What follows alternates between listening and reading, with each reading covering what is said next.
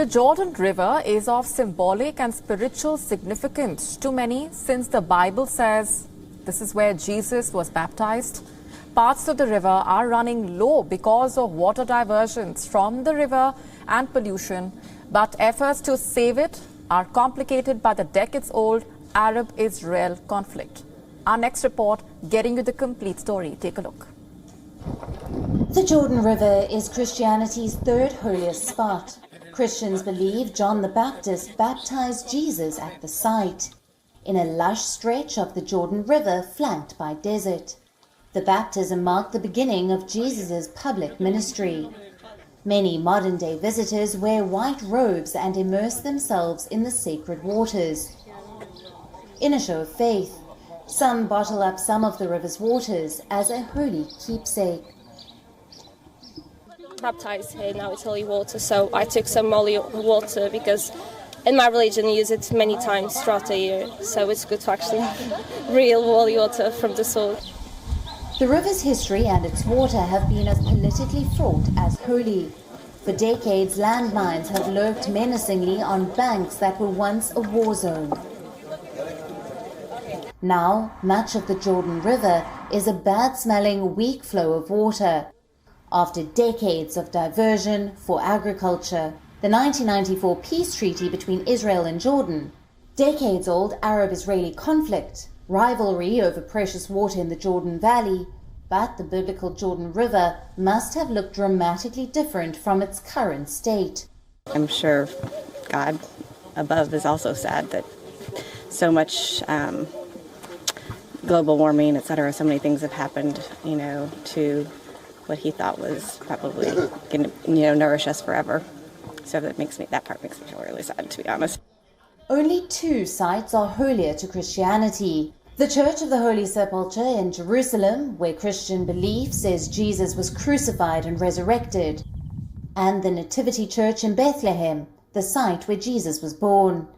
Several churches were built on the banks of the Jordan as early as the 4th century.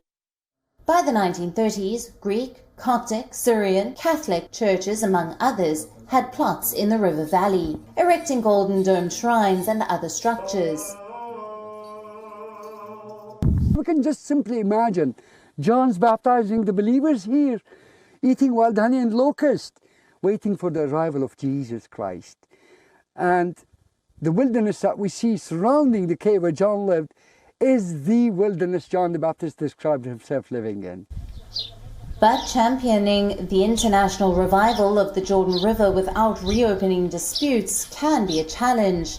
A stretch of the river was a hostile frontier between once warring Israel and Jordan. River water also separates Jordan on its eastern bank from the Israeli-occupied West Bank. The Israeli government has pledged to help rehabilitate the lower Jordan River. The Israel Water Authority says that it would be increasing the volume of water flowing from the Sea of Galilee within the next 5 years. The project entails the construction of a pipeline, pumping stations, reservoirs, and renovating an existing dam. This is the first most important plan to revive a river in the last 20 years. The last time we had such a big project was in the restoration of the Al-Qon River in Tel Aviv, in the central of Israel. And the importance of the Jordan River, of course, is its cultural, biblical, religious importance, and therefore it's so important to revive and to invest into this specific river. The plan is to finish it by 2025, and by then, each year, from almost 30 million cubic meters of water that flow there today, we are going to have an addition of another 40 million cubic meters annually. According to the World Bank, Middle East and North African nations face the greatest expected economic losses from climate-related water scarcity. It is estimated at 6% to 14% of GDP by 2050. Maybe the significance of this Jordan River will only remain as a symbol of spirituality. A fable of long gone past. WION now available in your country. Download the app now. Get all the news on the move.